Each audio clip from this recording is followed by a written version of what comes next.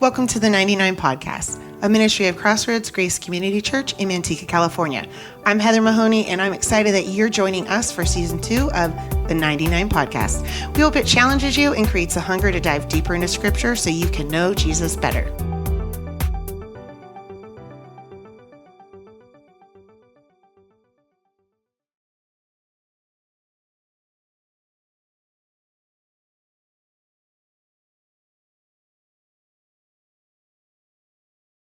I'm good. Dude Day's fun. Dude Day's always a good time. Yeah. Hey, do you do Dude Days with Little Man? With you and you guys do some adventures? I'm so glad you asked. Yeah, so every Friday, Ada goes to school in the morning, and Ozzy and I go on our donut shop walk. So we walk down to the donut shop, and they love him there, and they give him free donuts all the time. And then we go back home, and we play really loud music videos on the TV, and we play basketball and football and soccer until he tuckers out and takes a nap. And then he goes to bed, and I go pick up Ada. It is a great 4 hours every Friday morning. That is awesome. So that's like, does he look forward to that? Is he like, Dad, it's time? Every day he wakes up and he goes, "Is it Daddy Day?" And I said, "No, it's not Daddy Day." And then he gets sad because he doesn't want to go to school.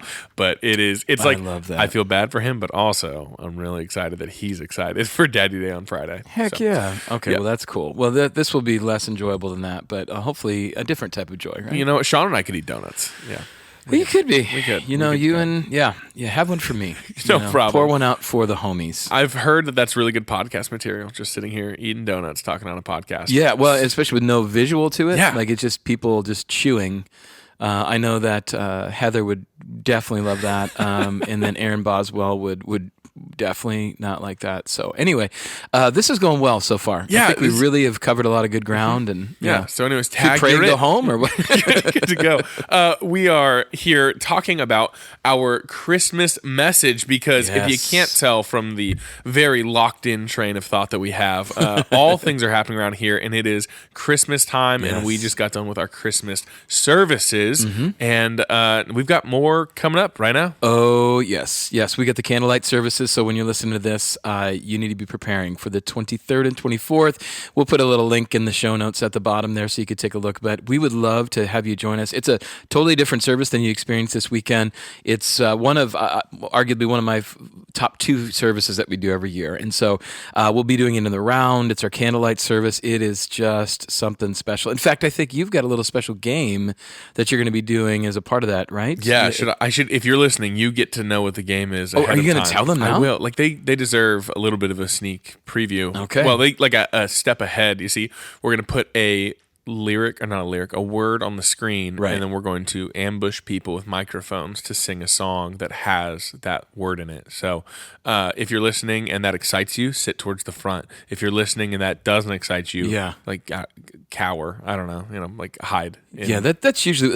I think we put that actually on the invitation. So come and cower in fear. This Christmas. Fear of the Lord, Crossroads. Fear of the karaoke. Like it's all kind of right there. So so there'll probably be a lot of people showing up late now that don't want any part of this. So we'll keep those seats warm for you. We want you to come though, enjoy it. It's going to be a great time to usher in Christmas and in a brand new way. So it's going to be fantastic. Join us and you won't be disappointed. No, it is a great service, and we just, it just kind of builds on all the Christmas stuff around here. Yes. There's so much Christmas fun, Christmas activities, the Christmas service, the candlelight service, and you are a self-proclaimed Christmas nut. Is that fair? Yes, I have a Christmas tree tattooed to my chest. People don't know that, but no, I don't. But that'd be awesome. Oh man, well, I have to pit some Christmas opinions against you. Let's bring it. I need you to tell us some Christmas would you rathers. Okay. Just really quick ones. First of all, when you decorate your house or when you go look at lights, do you prefer the multicolored lights or a house with just white lights on it? Okay, this is textured because my wife loves white lights, and so we have white lights on our house. Okay. I love colored lights like crazy, but we have white lights on our house, Preston.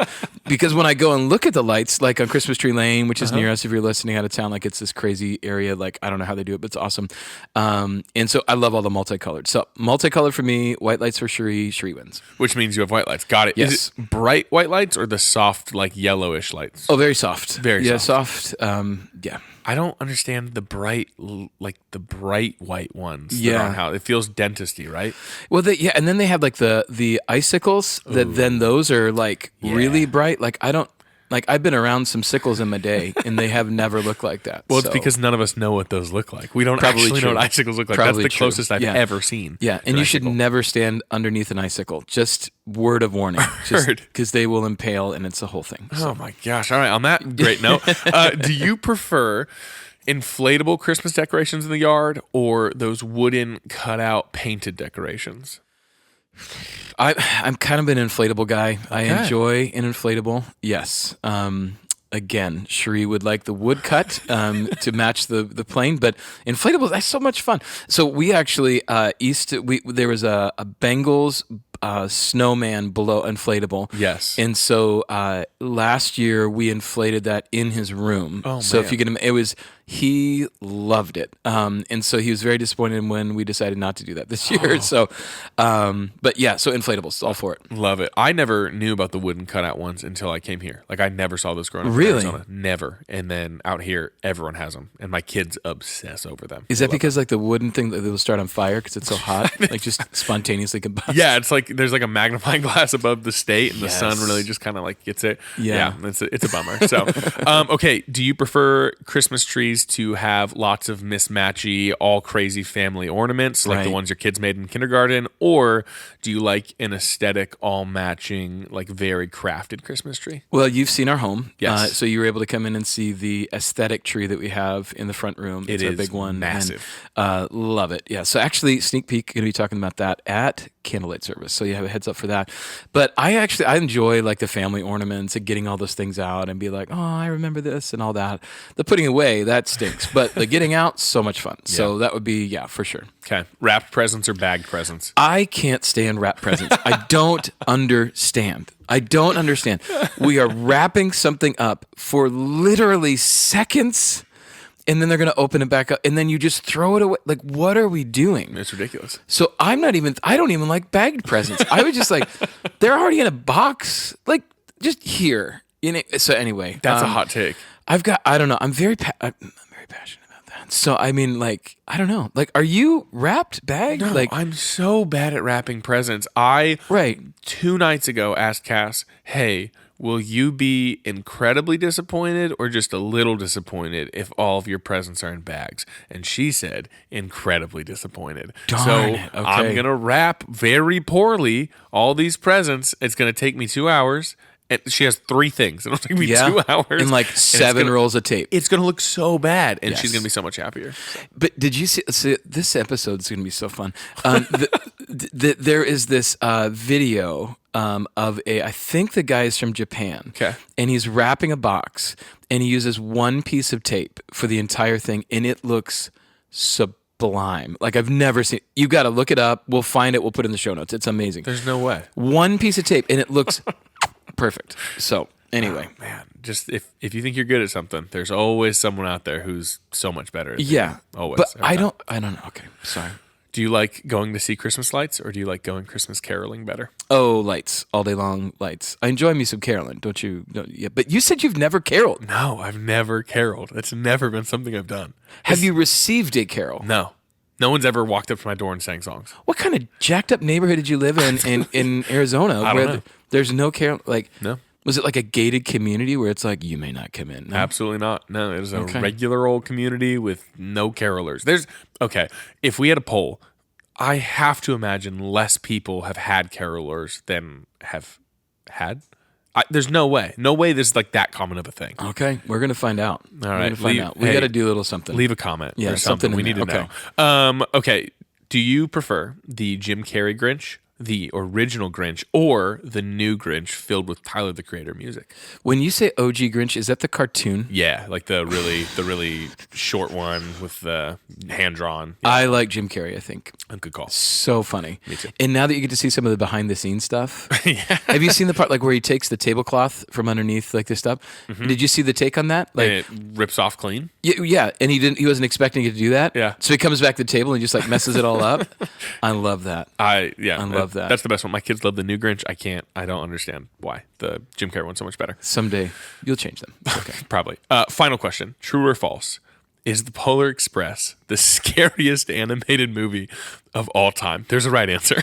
Absolutely not. It is a great. Oh my God. I love the Polar Express. It gets so much shade. People are just like, I love it. I love it. Horrifying. I first watched the Polar Express in 3D.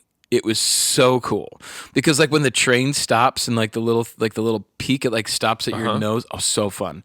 So I'm a Polar Express fan. I don't know. Y'all are haters. If the Tom Hanks like top of the train character came at me in 3D, I would cry. Today. Well, I didn't say I didn't cry. But I just say it was really awesome. Horrifying. It's so scary. No shot. Okay. Oh man. Hey, we're like 27 minutes into this episode and we haven't talked about anything. Yeah, this is going really, really well. I like this. This is fun. Well, we should talk about Christmas because let's do it. For what it's worth, it was a great Christmas message. Big fan. And we talked about joy. Like we were finishing up more of the Advent stuff. We've got more Advent topics to come, but we really like pulled it way back into just Advent and anticipation of what Christmas time brings. And this week was all about joy. And can you give us that word? Chara. Chara. So chara is the word that I'm sure I'm not saying correctly, but it's all about joy, right? Yes. And you quoted a really good Bible Project study that I wanted to just read off. The Bible Project, when they did their study on joy, they came to one of these conclusions. They said, joy is more than just a happy mood. It is a choice to trust that God will fulfill his promises, and it's a joy that is long-lasting and life-giving. And so based on that quote, based on your whole message of joy, I'm assuming people have listened to it. If not, definitely go check it out. But based on that, I have to ask you just a very direct question. Yeah. Can someone have true joy without Jesus? Well, so I think this question is an interesting one because you certainly can. So you certainly can feel as though you have joy in your life. Okay. For instance, like an atheist can hold a baby in their arms and feel joy, like feel a version of joy because you can't help but experience that, right? But then you have to kind of consider. The root of that joy, like where is the root of that joy? So here's an image you can think of. So for instance, if you're out at night and you're walking and it's a full moon, you still can see because there is light that's coming off of the moon that kind of illuminates, and you can see something. Yeah. And then obviously in the day you have the sun, which illuminates everything, so you can see it. So the reality is this: so how is the moon being able to provide light? It's not exuding light or anything. The only way that the moon exerts light is when the sun is reflecting off the moon to give you a reflection onto the world. And so if you think about it, the moonlight is kind of stealing the sun to be able to give you a version of light for you to be able to see. So if you think about joy, it's very, very similar. Somebody that doesn't believe in God can hold a baby in their arms and experience joy, but I believe they're getting moonlight joy, meaning it's a reflective light that's coming from some other source that you have to ask yourself, okay, why am I feeling this? Yeah. Where would this come from? And you only can experience full joy, the true joy, when you have the sun version of joy. In other words, when you have Jesus as the root of that joy. So people can have like a version. It's almost like God's giving them like a taste test of joy in some cases. But what he's hoping is that people will dig deeper to say, where is that coming from? What is the source of that? I could see a little bit of this. Like I can walk on the street in the moonlight and it's pretty cool, but there's got to be something more. Where does that come from? Because the moon doesn't create light, and this joy should be created from something. And so the reality is that yes, you can have a taste test of joy, but until you have the fullness of joy that comes through the Lord, you really won't know the true source. And so I think that that's something to kind of consider is that you might, because people might say like, man, I think I have joy all the time. I'm joyful, but there's always going to be this little bit lacking if you don't have the fullness of the joy that's in your life.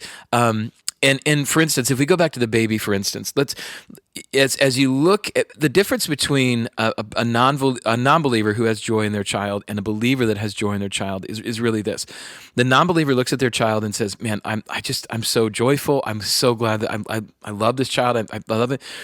And those are true. Like there's joy that's found in that. However, the person that believes in Jesus says, the reason that I have joy is I can't believe God would allow me to have this child, that God would give me this child to be able to be their mom and dad. There's a depth to that appreciation for what they're experiencing that you can't underestimate it, and that's where that true joy comes from. I don't know, your thoughts on that, or if that makes sense at all? No, I've never heard that moonlight and sunlight metaphor. That makes a lot of sense because like we've all talked to people who like they say like if we were to say like, hey, true joy comes from Jesus, they've said like, oh well, I don't know Jesus, but I sure do know joy. Right. And like I don't think it's right for us to be like, actually, you know what you're talking about, right?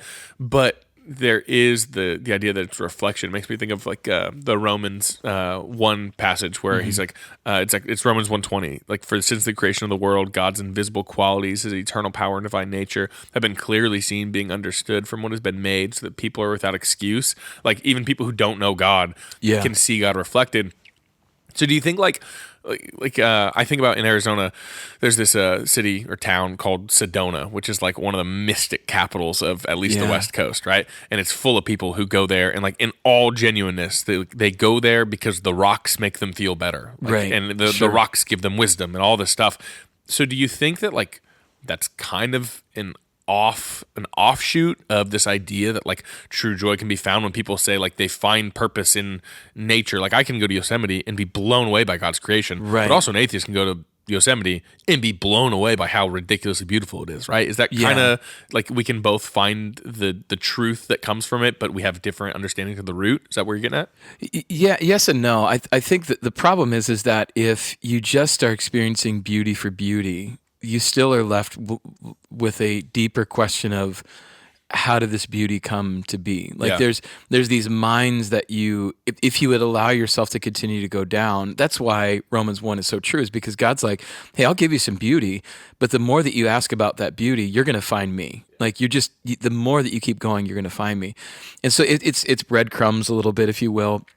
But when we stop at just the superficial version of those things, we miss out on why it's truly that much more special. And the reason is, I think this is because when you talk about joy, you typically talk about when you're going through really good things, right? Holding a baby who you love, that's where the power, that's where our minds usually go for joy to the world, right?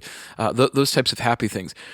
The difference is, the game changer is when you have somebody that believes in Jesus and they can experience joy in the midst of the hardest times in their life, the worst times in their life. That's where you can see that somebody is mined deep, deep, deep down into say, oh, that's what true joy is. Because joy that's superficial and puppies and ponies and all that stuff, that's fine and it's great, and we all want to experience that from time to time. But I think what you want to see is the game changer is when you can see what you're going through, whatever it may be, and you can actually find joy in it. That's when it's like your mind just starts to leak out your ear. Like, this doesn't make any sense. And that's when outsiders will look at you and say, how is it possible that you are still joyful in the midst of this? Yeah. And your only answer, because on the surface it makes no sense, your only answer is, it's because my hope is in the Lord. My joy is found in the Lord. And if that is where your joy tank is from, it's never ending. Yeah. But if all you have is looking at Yosemite and say, man, this is really beautiful, at some point it's going to get boring. Yeah. At some point it's no longer beautiful. It's just like your surroundings, instead of this deeper understanding of, man, God created this, and he created the creation so that I could experience it and so that I could enjoy it. Like, it's amazing, right?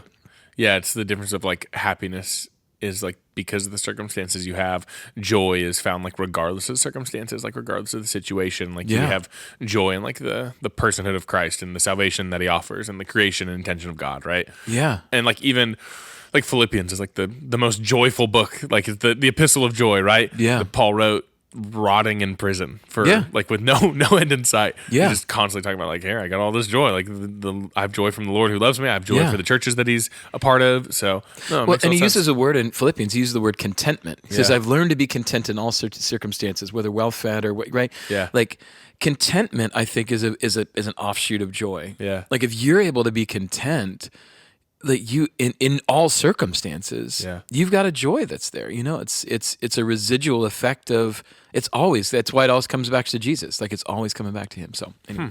No, that's good, and I love just the understanding of it's not wrong that people can feel joy. It's just like the root of their experience, and that makes a lot of sense, especially when we look at that medical study that you quoted. You quoted Sure, that super long medical study.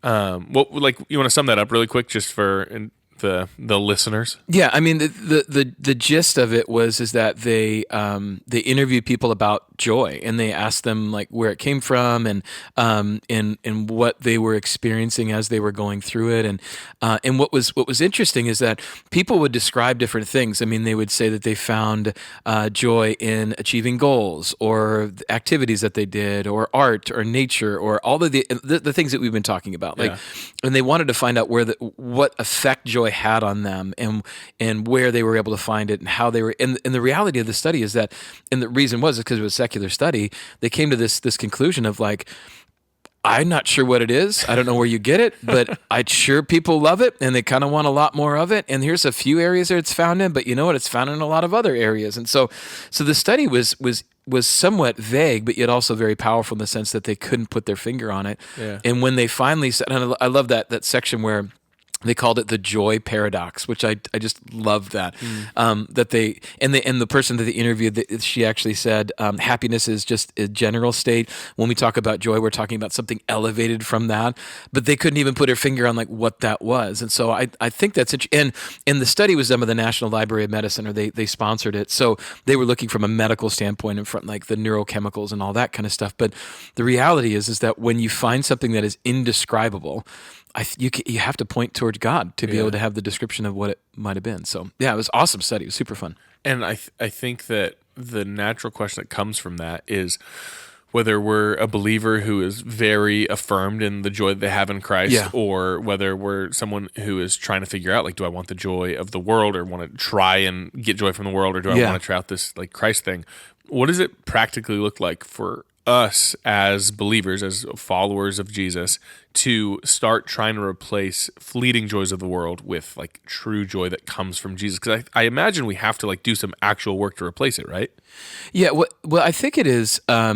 You have to do some work, yes, but the reality with joy is that I don't think, at least I've yet to experience, where the more that I do, the more joy that I necessarily have. I think it's the more that I'm finding my entire life in Jesus, the more it's like my joy eyes open a little bit wider, you know? And so, and again, that's why you can have somebody that believes in Jesus have a really difficult time with their kids, and yet they're still joyful, and they're looking and they're like, man, what a blessing it is for us to be able to love this child really well in the midst of how hard that is. And like, so it's I think your eyes just become a little bit more open to it. And I always try to frame when somebody is going through something difficult, and they always ask the question of why is this happening to me? Why? And I you have to be gentle with it, and the timing has to be right. But I always try to say, well, what would happen if we're a believer in Jesus? Yeah. What would happen if we turn the why into a what? So instead of why is this happening to me, what if we ask the question, what are you trying to teach me through this, Jesus? Or what is a way that I can find joy in this? So like even asking that question, it causes you to reframe everything that you do and find different solutions, if you will. Yeah. Because if you're stuck in a why, you always look internal, like, why it's like you can almost feel the frown on your face, like coming why. But when you say what, it's like your eyes open up and you're like, okay, what can I, and you look a little bit differently at things. And I do think that is why when we go through different challenges, that Satan plays on our emotions so much, because I think if he can get us to go down that rabbit hole of despair and ask more why questions than asking what questions, then he's got us in this spiral that we oftentimes can't get out of. But if we find joy, it's almost like we're ignoring all that and saying, no, I'm going to find joy in the Lord. He is my strength. I'm going to really see how this can bring joy somehow. And in the byproduct of that is people looking at our lives to be able to say, what is that? And I get to share Jesus with them. So I don't know, just some thoughts on that. But so has that, that sounds like you've probably walked through some of that stuff too, right? Like, is there anything that comes to mind for you of a time where you had to like figure out, stop asking the why to what? That's gold. Like switching that question from why to what. Have you had that before? Well, I mean, I bring it up quite a lot, but when Aniston was in the NICU when she was first born, and it was a painful 2 weeks just watching your daughter hold on for her life. And, you know, I think it's a progression. So you certainly start with why, but as you're in the middle of that, you can see opportunities for what. Like, what is it? And so let's take that for an instance. If you get stuck in the why and you're in a NICU, all you do is you look at your child, which you should, right? You should look at how they're doing, the numbers, all the different things. But when you ask what, then all of a sudden you start to see the other things that are around you, and that maybe you're a chance to talk to another parent that's going through something that's really rough, and you're like, oh, maybe part of the reason we are here is to be able to be ministering to them too, as long as while we're going through it, or for nurses that were going through things. And, you know, we met one of our nurses and she had 2 little babies that were in the NICU and they were twins, and we still connect with them, connect with her. She lives in Arizona now, and, doesn't like Christmas lights and has never been caroling. And so, but yeah, I mean, so it's that your eyes get a little wider. And so for us, it provides you a new opportunity. And there's something powerful when you do that, because it's almost like God is like saying that, hey, there's something bigger going on here, you know, and I've got you. And we didn't know if Aniston was going to live, and that's hard to say, but we didn't know. But when we started to ask the what a little bit, it produced purpose from the pain in some ways. So yeah. Did you recognize that in the moment, or was it reflection afterwards, like a hindsight realization? I think there was little bits of it that we could recognize, but yeah, and you have to be careful with that too. So sometimes people will come to me and they might be in the middle of something really hard, and you've experienced this with other people where it's really something really hard, and there can be a tendency to jump to the I want to apply this hard situation too early, you know? And so, and what I mean by that is sometimes people will try to say, well, we'll use cancer, for instance. Like if you're in the middle of something and you're going through cancer, it's a really difficult time, and you're saying, well, you know what, here's what I want to do. I think I'm supposed to help other people to be able to, as they're going through that. And I always try to tell them, I said, well, that's great, but you actually need to finish your story so you have the full story to tell. Because you can't tell somebody a story of how the story is going to end until you've written a few more pages. And I think God wants to speak to you in the middle of those pages, and in the middle of the what and the why, to be able to have you be the strongest you can be for others on the outside. So us, I think we can see more clearly on the backside of our NICU stay. And obviously we have a 16-year-old beautiful daughter that's healthy and fine. And so we've got a success story. But we can also look back and say, man, God was good there and there and there. And I could see, there was some what there and that. So it takes some time, but it's certainly is not easy. I don't want to come across as saying that, but it changes things when you find joy, even the hard. Well, it gives you a chance to listen to God, like even on the back end, like he doesn't stop working through the situation once the immediate's gone, right? Yeah. Like I have students who like are eager to teach about something, like, hey, we'll walk through something hard with a student, and then we'll finish it up, and they're doing really good. They go, great, I want to teach other people how to do that, or how to stop that, or how to fix that. And I have to tell them, like, that's really good, but also you just stopped doing it a week ago, or you just got through that issue a couple days ago. Yeah. We got to wait a little bit. And I think there's been so many times in, I imagine, any believer's life where you go through something really hard, and even like years later, you kind of look back on it and you start or you realize things that God was doing, or you catch different aspects of it. I can even find myself like in a season where like I'm teaching to high schoolers regularly. Yeah. I can like go through something, or something can happen. There can be a really cool God moment, and my instant thought is like, oh sweet, how could I preach on this? It's like, oh, hold on, I gotta revel in this a little bit more. Like I need to talk with God a little bit more than just like be so quick. And we shouldn't be afraid to talk about like the way that God moves in our life, and we shouldn't like keep it. We shouldn't hide our light under a bowl, right? But it just kind of changes how we can immediately apply it. So I loved this understanding of just how joy is something that we talked about it in the summer with the fruits of the Spirit. We talked about it in Advent, and it's something that is so gifted to us. It's something that's so given to us from Christ, from the Spirit working in us.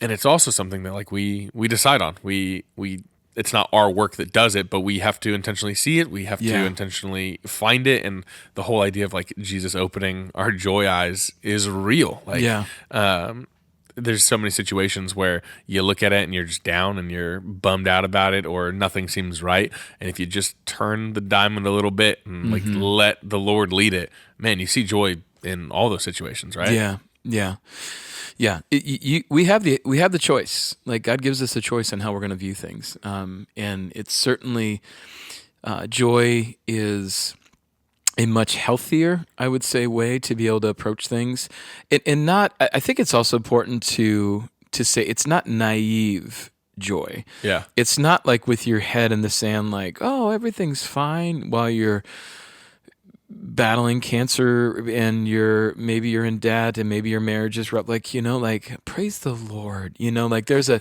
difference between like, hey, I'm battling. Yeah. But yet I still can see joy in this. Yeah. Like it's a somber, sober mindset that realizes like, yeah, I could choose to say it the other way. Yeah. I could, and every person that's around me would say that makes sense, But if I choose something different, then I think I give people a different way of seeing life. And if they can see joy in the midst of pain, I believe that becomes one of the most like attractive things to somebody, because we all want that. Yeah. Like I don't think anybody says, man, I just love going through things depressed. It just makes me feel so. No, I mean like, but what does it look like to have hope and joy and all the things that we're adventing towards Christmas? Like it just changes things, and to say you can have that too. It's pretty cool. So what would you say the best way for believers to not only do that for themselves, but also for the people around them who might not know Christ, for the people they work with, for their family members? Like how can we guide ourselves and others around us towards that joy? Well, I think we have to live our life in a sober understanding of what Jesus did for us. Like if you put that into context, that Jesus would give up his own life for us, that he loved us enough to die on the cross for our sins, that our salvation is secure in him, that it's a gift of grace that only he gives us, and that as Hebrews 12:2 says, that for the joy set before him, he scorned the cross, scorning its shame, took on the cross, scorning its shame. Like if you remember that Jesus found joy on the cross, and the joy was us, like that should change how we approach things. Yeah. Because if Jesus loved us that much, and he could find joy in the midst of that pain, that I can find joy in the midst of what I'm going through too.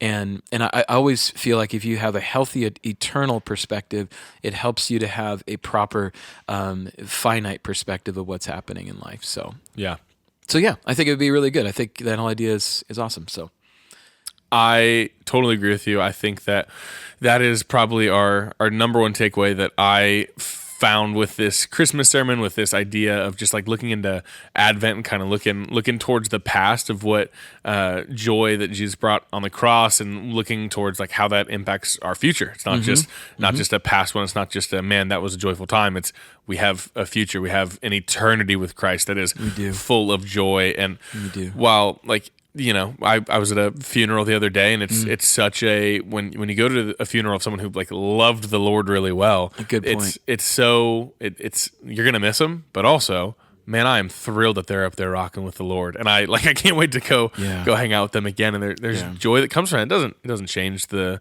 heart of the moment. It doesn't change the heart of loss. It doesn't change the heart of the situation you're in. Yeah. But it does change how we understand it, and like how we believe. Like if I trust that the Lord is good and that he fulfills his promises and that he watches over me, then I can have joy even when it seems like everything sucks.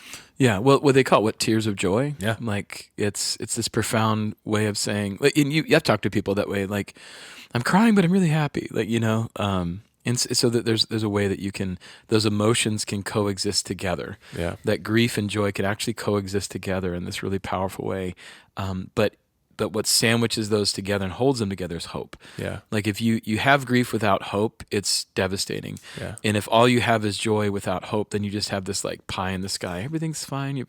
But if you have hope and joy, if you have grief and joy that coexist and hope holds them together, I think that's where you can see Jesus in the midst of that, because he gives us all those. Well, we love talking about next steps around here, just like kind of what is next for people who are following Christ, who just started following the Lord. And so if someone came off this message or listened to this conversation about joy, and like what is the next step for someone who, let's say, who has not followed the Lord but has decided, like, I want to be in that joy, I want to feel that joy, I want to be a part of that joy. What's the next step for someone who hears what we're talking about and just says, I want that, now what? Well, I would say realize it's going to take time. I think sometimes people get frustrated with their faith because they don't go from this. They don't go instantly from I'm feeling really depressed to like, oh, now everything's totally fine, or I knew who Jesus was. I didn't know who Jesus was. Now I do, but I don't. How come he didn't download all the stuff that I should know instantly? And so I think you should realize that this is a sanctification process. We've talked about this several times in a row. Like that, slowly over time, you're gonna seek that. And I would say a couple of things. First and foremost, make sure that you get around people that are Christians, so that their joy can rub off on you, so that you can, in a tangible way, say, wow, their marriage is really hard, but yet they got through it that way and they find joy. Okay, how do I do that? You know? So I think getting good people around you is important. Secondly, I think as much as you can start to get your mind to switch from whys to whats would be really a powerful thing. Say, okay, instead of why am I going through this, what do you want me to learn from this, God? And then that's going to force you to come to the Lord to ask him through prayer, God, what do you want me to learn from this? What how can I find joy in this? Yeah. And then also through prayer, and then through your scripture reading, to be able to say, the world is telling me this, but I want something different. So I'm filling my mind with the truth, and that brings you joy. So I think that those are so get good community around you, following people that are doing that, changing our mindset from a what to a why, or from why to a what, allowing yourself through prayer to hear God. And in the series coming up in January, we're going to be talking about be. So learning to be before you do. Don't be too anxious to do that. And then getting into the Word and making sure that you're really connecting with it and saying, fill my mind, God, with these different things so I can start to understand joy. So just a few things. Anything you would add to that, or any thoughts? I think the biggest thing for me, in addition to all of that, although the why and the what, I've got to that's got to stick in my mind. That's good. Like I can already retroactively apply that to so many things. So that's something I got to stick with. I think one thing that I found, especially in like such an age of just dopamine hits left and right, and it's so easy to fall into like addictions of things that would have never been considered addictions, right? Of just like mindlessly scrolling, of just killing time for nothing. I think something that's helped me a ton is replacing these quick hits of joy with things that like actually bring joy. So just like a little example is like if I'm super, like if it's been like crazy, like this season, like it's always nuts around Christmas time. I can find myself just wanting to turn off my brain and just scroll forever, or just play one of the 2 phone games that I play all the time, right? Yeah. But I've found that if I intentionally just replace, if I go to open Instagram and scroll through Reels, if I just close that and I just read some scripture, it's such a short thing. It's such just like a little change, and it actively changes the outlook on the rest of my day or the rest of that time or anything. Like it's just something just small. Replace something little. Like if I'm driving, I podcast all the time, and if there's just a podcast that I'm gonna pick, and I'm like, for this one we're gonna switch to a sermon, or we're gonna switch to some worship music. Right. It just changes your outlook on things if I'm in a bad headspace. Yeah. And I think that like the Lord works through these really tangible actions and choices that we have. True. And he provides these avenues for us. I know it's better for me to read scripture than to play Clash Royale, not sponsored. And so if I just choose that, I'm going to find more joy than I am no matter what happens in that little phone game. So that's the big thing for me. And I tell my students all the time, and we're just like, hey, make these little choices.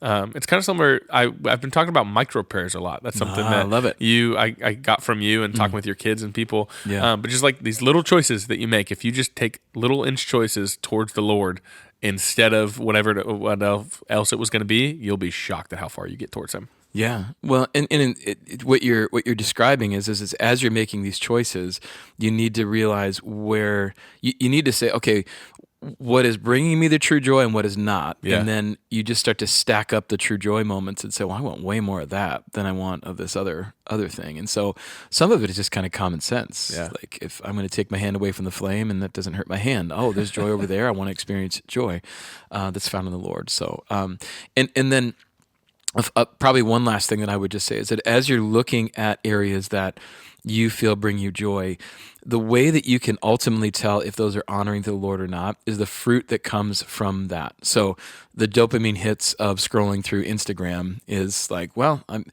sure I learned a new recipe on how to deep fry a Twinkie or something, but what is the fruit of you reading your scripture, or the things that stick with you? It's like almost like it's the joy is hooked to you more, and so I would want more of those things because it lasts longer and it means more. So just some thoughts, but I mean honestly, giving yourself grace in it, giving yourself the reality of you're going to make some mistakes and it's not always going to be perfect and you're going to doom scroll a little bit and God's not going to burn your feelers off and like zap you from heaven, but he wants you to experience a life full of joy and he knows that it's only found in Jesus. So go to Jesus more than you do. Absolutely. Well, hey, I think Dude Day was a success. I mean, Dude Day, so fun. What a great time. Dude Day. Thank you so much for sitting here chatting, talking about your message on joy. Love it. The Christmas season isn't over. Make sure you join us for our candlelight services on the 23rd and the 24th. There's going to be childcare provided for your young kids. So come bring them. They'll get to hang out with Ada and Ozzy and all the other little kids. But we're super excited for Christmas season to not be over and to keep looking at all the multicolored lights, because I'm with you. Multicolored lights all the way. Well, and don't forget, we have the Christmas message at home. You did that one, so let's not forget about that. So enjoy that while we're off. But appreciate you. Thanks for all you do. You're doing a great job. And Dude Day was fun. It's going to be fun to have Heather back, but Dude Day was fun. So yep, Heather will keep us way more on the rails than our. It got a little crazy. Yeah. Hey, but we brought it back. Almost like the Polar Express when it got off the. Anyway, okay. Man, hey, thanks all for being here. We'll see you later. Tag, you're it. Thank you for joining us today. We hope to see you next weekend at Crossroads on campus or online for one of our 4 weekend services. To view our service times, make sure you check out our website at crossroadsgrace.org. Tag, you're it.